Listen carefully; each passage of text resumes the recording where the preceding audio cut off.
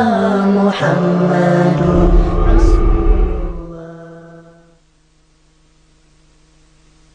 بسم اللہ الرحمن الرحیم۔ محترم ناظرین، آج کے اس ایپیسوڈ میں ہم اس بات پہ غور کریں گے کہ اللہ تعالیٰ نے ہم انسانوں کو کس عظمت اور کس احترام سے نوازا ہے۔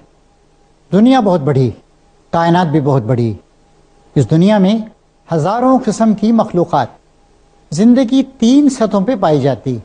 ایک سطح ہے نباتات کی، یعنی پیڑ پودوں وغیرہ کی۔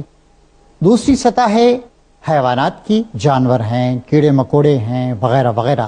یہ سب زندگی کی معمولی شکلیں۔ کیڑوں مکوڑوں کے بارے میں یا جو اس طرح کے جاندار ہیں ان کے بارے میں ماہرین حیاتیات، ہمارے زولوجسٹ بتاتے ہیں کہ تقریباً 10 سے لے کر 12 لاکھ اسپیشیز، انواع پائی جاتی ہیں۔ اور جو نباتات ہیں ان کے بارے میں وہ ہمیں بتاتے ہیں کہ تقریباً ہماری زمین پر 8 لاکھ قسم کی نباتات پائی جاتی ہیں، یعنی مختلف قسم کے پیڑ پودے۔ ایک اور چیز ہے یعنی جن کے اندر جان نہیں ہے، ان انیمیٹ چیزیں، بے جان چیزیں، پتھر، مٹی، چاند، سورج وغیرہ وغیرہ، وہ تو بے جان ہیں۔ لیکن جانداروں میں ایک نباتات، دوسرے حیوانات۔ لیکن سب سے جو اونچا پرانی یا جاندار ہے وہ انسان۔ انسان کو اللہ تبارک و تعالیٰ نے اشرف المخلوقات بنایا ہے۔ آپ نے اکثر یہ بات سماعت فرمائی ہوگی کہ انسان اشرف المخلوقات ہے، یعنی اللہ کی پیدا کی ہوئی تمام مخلوقات میں سب سے اونچا ہے۔ انسان کس لحاظ سے اونچا ہو گیا؟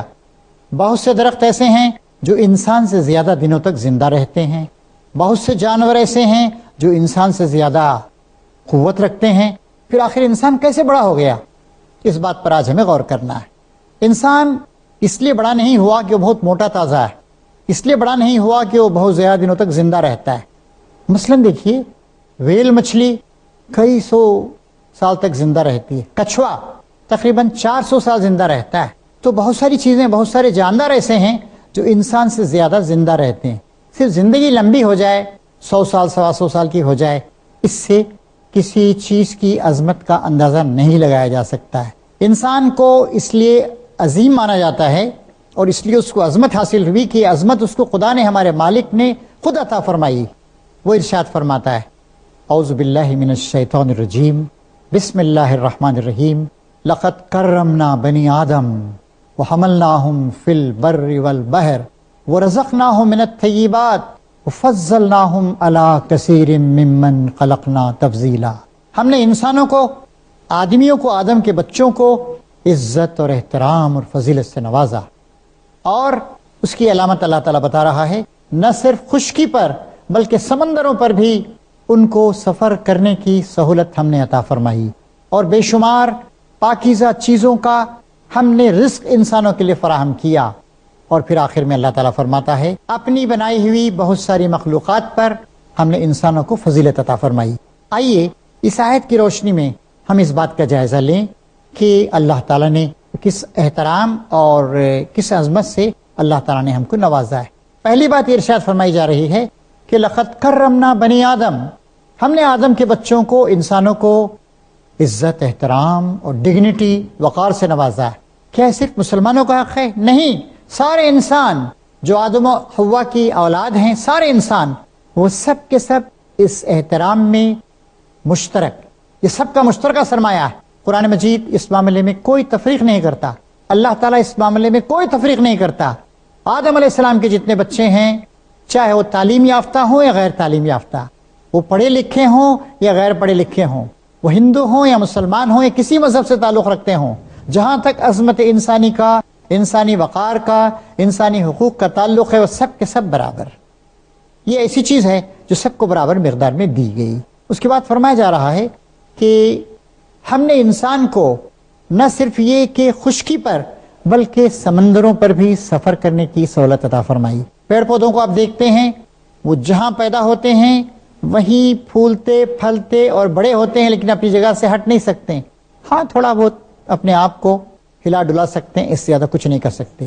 جانوروں کے بارے میں آپ جانتے ہیں کہ وہ بھی انسانوں کی طرح پیدا ہوتے ہیں۔ کچھ جانور ایسے ہوتے ہیں جو انڈوں سے پیدا ہوتے ہیں، کچھ ایسے ہوتے ہیں جو ماں کے پیٹ سے پیدا ہوتے ہیں، اور وہ گھومتے پھرتے چلتے پھرتے بھی ہیں، لیکن ان کے اندر عقل نہیں، گویائی بھی نہیں، بولنے کی قوت بھی نہیں ہے ان کے اندر، انسان بول سکتا ہے۔ جانور کچھ جو آوازیں نکالتے ہیں، کچھ تھوڑی بہت اپنی باتیں یا اپنا معافی ضمیر دوسروں تک وہ پہنچا سکتے ہیں، لیکن جسے زبان کہتے ہیں، بولنا کہتے ہیں، ان کو نہیں دیا گیا ہے۔ انسان کو اللہ تعالیٰ نے بولنے والا بنایا۔ ایک جگہ اللہ تعالیٰ کہتا ہے کہ الم نجعل لہ عینین ولسانا وشفتین وہدیناہ النجدین، کیا ہم نے انسان کو دو آنکھیں نہیں عطا فرمائیں اور ایک زبان اور دو ہونٹ نہیں دیے، اور کیا ہم نے اس کو راستہ نہیں دکھا دیا؟ تو جانوروں کو بھی اگرچہ کہ آنکھیں دی گئی ہیں، ان کی آنکھیں بھی دیکھتی ہیں، لیکن ان کا دماغ سوچ نہیں سکتا ہے، ان کا دماغ یاد نہیں رکھ سکتا ہے۔ ان کو بھی ہونٹ دیے گئے ہیں، لیکن ہونٹوں کا استعمال یا دانتوں کا استعمال، زبان کا استعمال یہ جانور اس طریقے سے نہیں کر سکتے ہیں جس طریقے سے انسان کرتا ہے۔ پھر سب سے بڑی بات یہ ہے کہ وہ ہدیناہ النجدین، ہم نے انسان کو راستہ دکھایا، ہدایت دی۔ انسان کی شان یہ ہے کہ وہ بول سکتا ہے، پھر وہ یاد رکھ سکتا ہے، چیزوں کو اپنے دماغ میں محفوظ رکھ سکتا ہے، پھر وہ کئی چیزوں کو جوڑ کر نتائج اخذ کر سکتا ہے، وہ امتیاز کر سکتا ہے۔ پھر سب سے بڑی بات یہ ہے کہ خدا کا تصور اس کو دیا گیا ہے۔ اس لحاظ سے انسان بہت بڑا ہے، بڑی اونچی مخلوق ہے، اور یہاں فرمایا جا رہا ہے کہ ہم نے اسے خشکی پر ہی نہیں، سمندروں پر بھی سفر کرنے کی سہولت عطا فرمائی، چاہے خشکی اور تری ہو۔ خشکی میں ہم سائیکلوں کے ذریعے، کاروں کے ذریعے، ٹرینوں کے ذریعے سے سفر کرتے ہیں، اور سمندروں میں ہم جہازوں اور کشتیوں کے ذریعے سفر کرتے ہیں، اور ان دونوں جگہوں پر یعنی خشکی اور تری دونوں پر ہم ہوائی جہازوں کے ذریعے سفر کرتے ہیں۔ یہ ساری کی ساری باتیں اس آیت کے تحت آ جاتی ہیں۔ پھر اللہ تعالیٰ فرماتا ہے کہ وَرَزَقْنَاهُم مِّنَ الطَّيِّبَاتِ، اور بے شمار پاکیزہ چیزوں کا رزق ہم نے انسانوں کو عطا فرمایا۔ رزق کسے کہتے ہیں؟ جو کچھ اللہ نے دیا ہے وہ رزق۔ مثلا ہمیں کھانے پینے کی چیزوں کی ضرورت ہے، وہ رزق ہے۔ ہمیں لباس کی ضرورت ہے، وہ رزق ہے۔ یعنی عطا اور بخشش کی ہوئی چیز اللہ تعالیٰ کی۔ پھر ہمیں احساس کی ضرورت ہے، وہ بھی احساس اللہ تعالیٰ کا عطا کردہ ہے، وہ بھی رزق۔ پھر ہمیں سوچنے سمجھنے، عقل سے کام لینے، نتائج اخذ کرنے، ڈسٹنگوش کرنے، تمیز کرنے، باتوں کو اپنے دماغ میں رکھنے، اور پھر ان کے ذریعے سے نتائج اخذ کر کے نئی چیزیں ایجاد کرنے، انوینٹ کرنے کی اللہ تعالیٰ نے سہولت دی ہے۔ یہ بھی سب کا سب رزق۔ اور کھانے پینے کی بھی جو چیزیں اللہ نے دی ہیں، پاکیزہ چیزیں دی۔ مثلا آپ جانوروں کو دیکھتے ہیں، چھلکا کھاتے ہیں، بھوسا کھاتے ہیں۔ انسان چھلکا نہیں کھاتا ہے، بھوسا نہیں کھاتا ہے۔ رزقناہم من الطیبات، بالکل پاکیزہ چیزیں ہمیں عطا فرمائیں۔ انسانوں میں بھی جنسی جذبات ہوتے ہیں، اور حیوانوں میں بھی جنسی جذبات ہوتے ہیں۔ حیوانوں کی طرح اپنے جنسی جذبات کو بے حیائی کے ساتھ، بلکہ ان کے اندر حیا کا جذبہ ہی نہیں ہوتا ہے، پورا کرتے ہیں۔ انسان جنسی جذبے کو ایک پاکیزہ طریقے سے پورا کرتا ہے۔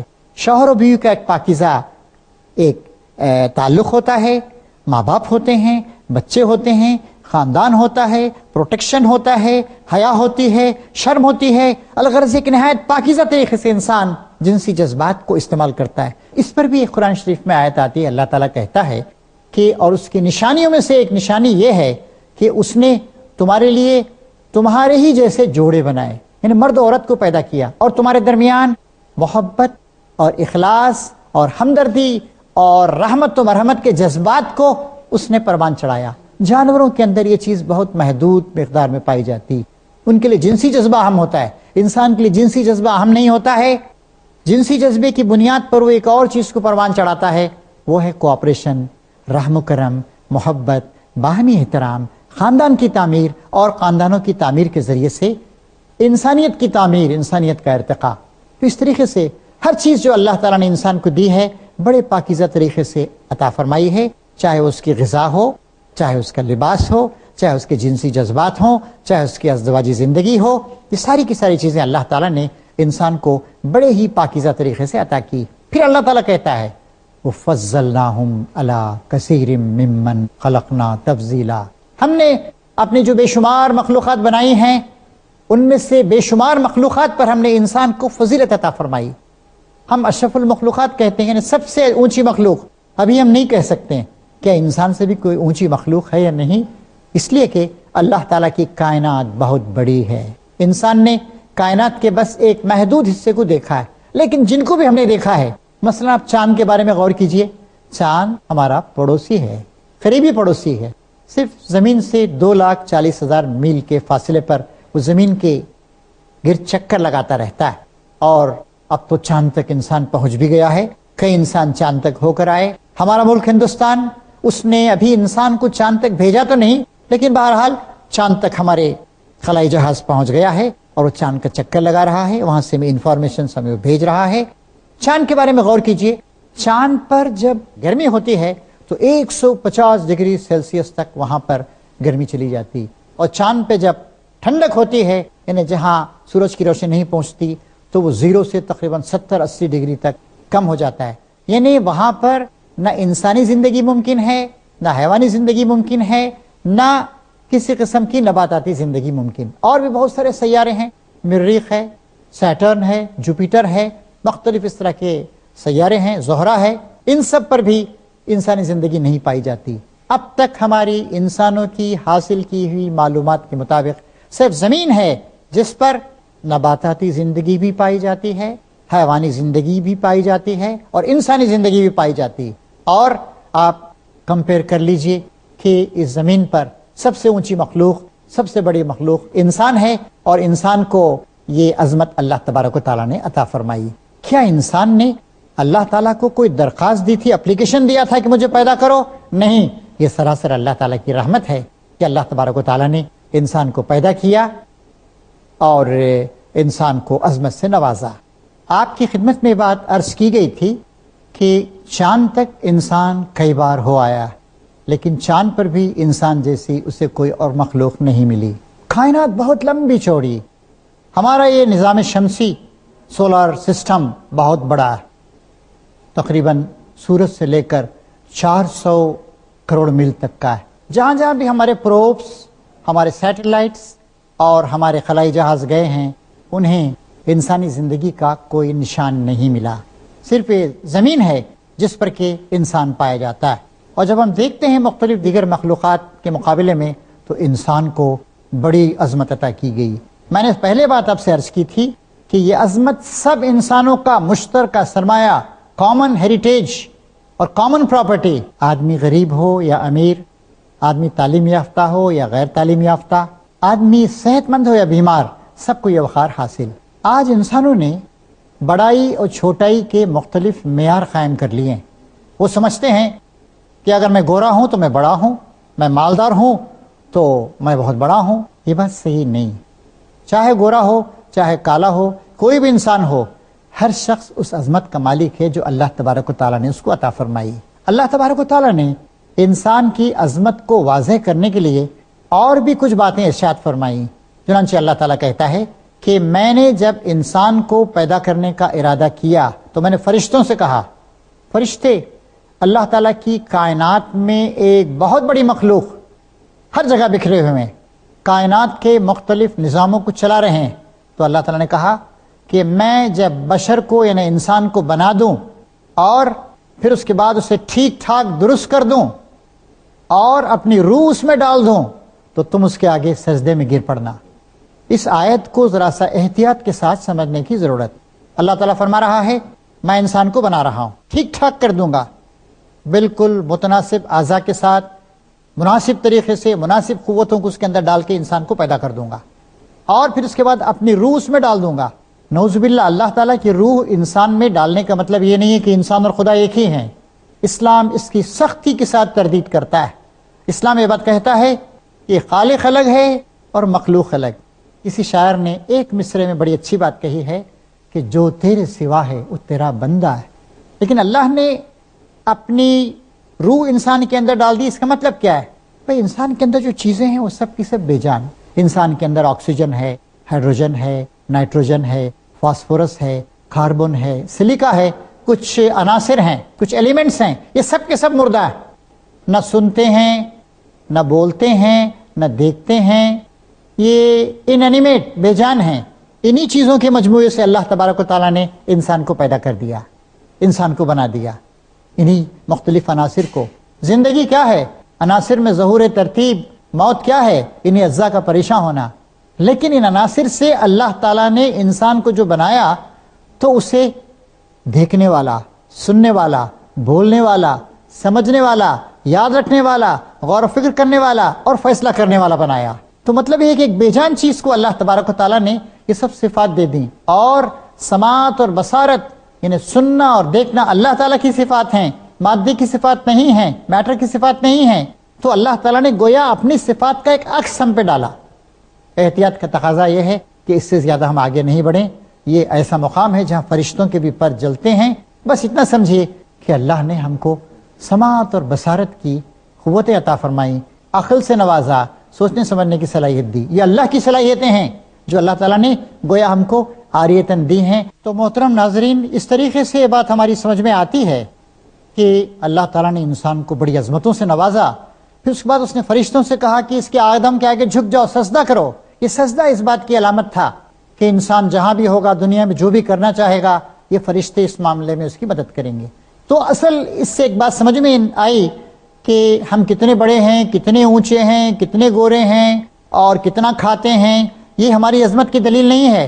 اللہ نے ہم کو سماعت اور بصارت دینے کے بعد جو سوچنے سمجھنے کی، فیصلہ کرنے کی قوت دی، اس کے بعد ایک اور بہت بڑی چیز دی، اللہ تعالیٰ نے ہم کو آزادی دی۔ کائنات کی اور کسی چیز کو آزادی حاصل نہیں۔ سورج بہت بڑا ہے، زمین بہت بڑی، 25,000 میل کا ایک گھیرا ہے، اور سورج زمین سے 13 لاکھ گنا بڑا ہے۔ ہوائیں بہت تیزی کے ساتھ چلتی ہیں، پہاڑ بہت اونچے اونچے ہیں، سمندر بڑا گہرا ہے، لیکن ان میں سے کسی کو آزادی نہیں ہے، وہ کسی اصول کو توڑ نہیں سکتے ہیں۔ انسان کو اللہ نے مرضی کی، ارادے کی اور خدا کو ماننے یا نہیں ماننے کی انسان کو اللہ تعالیٰ نے آزادی دی۔ چنانچہ کہا گیا اما شاکروں و اما کفورا، تم چاہے تو اللہ کے شکر گزار بندے بنو، عبادت کرو، چاہے تو کفر کرو، اس کا انکار کر دو، چاہے تو تم اس کو رد کر دو۔ یہ سب سے بڑی چیز ہے جو اللہ تعالیٰ نے انسان کو عطا فرمائی ہے، کیونکہ سورج اپنی مرضی سے چل پھر نہیں سکتا ہے، چاند اپنے گردشوں کو تبدیل نہیں کر سکتا ہے، ان کے لیے جو رفتار مقرر کی گئی اسی رفتار سے وہ چلتے ہیں۔ انسان بھلائی بھی کر سکتا ہے، برائی بھی کر سکتا ہے۔ انسان کی عظمت، اصل عظمت اسی وقت ہے جب کہ وہ بھلائی کرے اور برائی نہ کرے، اسی میں انسان کی عظمت ہے، اسی میں انسان کامیاب ہوتا ہے۔ اور ارادے اور اختیار کی جو آزادی ہے انسان کے علاوہ کسی کو نہیں دی گئی۔ اس میں بھی دیکھیں دو چیزیں، کچھ معاملات میں انسان مجبور، منہ ہی سے کھا سکتے ہیں، کان ہی سے سن سکتے ہیں، 9 مہینے میں پیٹ میں رہ کر ہی بچہ پیدا ہو سکتا ہے۔ کچھ اصول بنا دیا اللہ تعالیٰ نے، خون کس طریقے سے دوڑے گا، دل کس طریقے سے دھڑکے گا، یہ ساری کی ساری باتیں اللہ نے طے کر دیں۔ لیکن ایک معاملے میں آزادی دی ہے، خدا کو ماننا یا نہیں ماننا، بھلائی کو اپنانا یا برائی کو اپنانا، اس معاملے میں اللہ تعالیٰ نے ہم کو آزادی دی، اور اس آزادی کی وجہ سے ہی، اس کے صحیح استعمال میں ہی انسان کے لیے عظمت۔ ایک اور جگہ اللہ تعالیٰ قرآن مجید میں ارشاد فرماتا ہے کہ ہم نے یہ امانت، یعنی اللہ کا جو خلیفہ ہے انسان، یہ امانت ہم نے آسمانوں کے سامنے، زمین کے سامنے اور پہاڑوں کے سامنے پیش کی کہ کیا تم اللہ کے خلیفہ بننا چاہتے ہو، اتنی بڑی ذمہ داری کو اٹھانا چاہتے ہو، بار امانت اٹھانا چاہتے ہو؟ اللہ تعالیٰ کہتا ہے کہ ان سب نے انکار کر دیا اور وہ ڈر گئے، انسان نے اس کو اٹھا لیا۔ کسی شاعر نے ذرا مزاحیہ انداز سے کہا ہے کہ جس نے ہر ایک پر گرانی کی اس کو یہ نہ سمجھ اٹھا لایا۔ آسمان نے، زمین نے، پہاڑوں نے کہا کہ ہم متحمل نہیں ہو سکتے ہیں اتنے بڑے بوجھ کو، اللہ کے خلیفے ہونے کے بوجھ کو، زمین پر اللہ تعالیٰ کا نمائندہ ہونے کے بوجھ کو ہم نہیں اٹھا سکتے ہیں۔ انسان نے اس کو اٹھا لیا، اور انسان کے اندر یہ کیپیسٹی ہے، انسان بہت کچھ کر سکتا ہے۔ انسان ستاروں تک جا رہا ہے، انسان چاند کی تسخیر کر رہا ہے، انسان نے دریاؤں کے رخ موڑ دیے ہیں، انسان سمندر کی گہرائیوں کو پتہ لگا رہا ہے، انسان اب اس قابل بھی ہو گیا ہے کہ اپنے جینز، اپنے سیلز، اپنی باڈی، وہ اس کو بھی جانتا ہے۔ جینیالوجی ایک نیا علم آیا ہے، جینیٹک انجینئرنگ کر رہا ہے، بیماریوں کا علاج کر رہا ہے، اور کائنات کی مختلف قوتوں کا مقابلہ کر رہا ہے۔ یہ بھی اللہ کی مہربانی ہے۔ اللہ تعالیٰ کہتا ہے کہ سخر لکم ما فی السماوات والارض جميعا، آسمان و زمین میں جو مختلف چیزیں ہیں ان سب کو اللہ تعالیٰ نے تمہارے تحت کر دیا ہے۔ ایک اور جگہ کہتا ہے وَآتَيْنَاكُم مِّن كُلِّ سَأَلْتُمُوهُ، جو کچھ تم نے مانگا اس میں سے ہم نے عطا کیا۔ 150 سال پہلے انسان نے سائیکل مانگی، سائیکل دی اللہ تعالیٰ نے۔ 125 سال پہلے کار مانگی، کار دی۔ 100 سال پہلے اللہ تعالیٰ سے انسان نے ہوائی جہاز مانگے، ہوائی جہاز دیے۔ آج انسان کہہ رہا ہے کہ ہمیں تیز رفتار راکٹ چاہیے، ہم دور دور تک جانا چاہتے، وہ بھی اللہ تعالیٰ نے دیا۔ ان سب کا صحیح استعمال اگر انسان کرے تو واقعی وہ عظیم ہوگا. ان سب کا غلط استعمال کرے، درپیوگ کرے، مس یوز کرے تو انسان گر جاتا ہے. بڑی اچھی بات کہی کسی شاعر نے، اڑے تو شہ پرے یزداں، گرے تو شیطاں ہے، بشر کے حوصلے خیر و شر کو کیا کہیے. دنیا میں اچھے انسان وہ ہیں جنہوں نے اللہ تعالیٰ کی عظمت کو تسلیم کیا، اپنی عظمت کو محسوس کیا، اللہ کی بندگی اختیار کی، اس کی اطاعت کی، اس کے آگے جھک کے رہے، اس کے احکام پہ عمل کیے، دوسرے انسانوں کے ساتھ محبت کی. اور برے انسان وہ ہیں جنہوں نے ساری کائنات کو دیکھا، مخلوق کو دیکھا، کائنات کی عظمتوں کو دیکھا، خدا کو نہیں پہچانا، یا خدا کو پہچانا بھی تو اس کا انکار کر دیا، خدا کو جان کر بھی اس کی نافرمانی کی، اس کے احکام کو ٹھکرا دیا. وہ سب سے برے انسان. اور ذرا سوچئے، کیا کوئی جانور کسی دوسرے جانور کے آگے جھکتا ہے، دوسرے کی عبادت کرتا ہے؟ لیکن انسان ہی ایسا ہے جو دوسروں کے آگے، دوسرے اپنے جیسے انسانوں کے آگے جھکتا ہے، ان کو سجدے کرتا ہے، ان کے پیر کو پیر پڑتا ہے. کتنی غلط بات. کوئی جانور ایسا نہیں کرتا ہے. دوسری بات، انسان انسانوں کے ساتھ اتنا برا سلوک کرتا ہے. عراق میں جا کر دیکھیے، افغانستان میں جا کے دیکھیے، ویتنام میں 30 سال تک ہم اس کو دیکھتے رہے. کوئی کسی کو قتل کر دیتا ہے، مار دیتا ہے، فسادات ہوتے ہیں، نفرت کا پرچار کرتے ہیں. کتنی بری چیزیں ہیں یہ. انسان جب خدا سے غافل ہو جاتا ہے، اپنی عظمت سے ناواقف ہو جاتا ہے، تو اس طرح کی مختلف حرکات کرتا ہے. یہاں تک کہ انسانوں کے ساتھ وہ سلوک کرتا ہے جو جانوروں کے ساتھ بھی نہیں کرنا چاہیے. 20 سال تک، 25 سال تک لوگ انصاف سے محروم رہتے ہیں، وہ جیلوں میں پڑے رہتے ہیں، گوانٹانامو میں پڑے رہتے ہیں، ابو غریب میں پڑے رہتے ہیں. اس بات پر ہمیں غور کرنا چاہیے. انسان کی عظمت کا راز اللہ کو پہچاننے، اللہ کے آگے جھک جانے اور اپنے انسانی بھائیوں کے ساتھ اچھا سلوک کرنے سے ہی ہے. پھر یہ بات بھی ضروری ہے آج کے سماج میں امن، انصاف اور اتحاد لانے کے لیے کہ ہم سب کے ساتھ محبت کریں. سارے انسان ہمارے بھائی ہیں اور انسان کی عظمت کا تقاضا ہے کہ اس کا احترام کیا جائے. اگر وہ بھوکا ہے اسے کھانا دیا جائے، اگر وہ پیاسا ہے اسے پانی دیا جائے، اگر وہ بہت ہی غربت کی حالت میں ہے اس کی غربت کو ہم دور کریں. انسان کی ڈگنیٹی اور انسان کے وقار کی حفاظت کرنے کے لیے اس کو کھانا ملنا، اس کو تعلیم ملنا، اس کو مناسب آرام ملنا اور اس کی ڈگنیٹی اور عظمت کی حفاظت کرنا یہ بہت زیادہ ضروری ہے.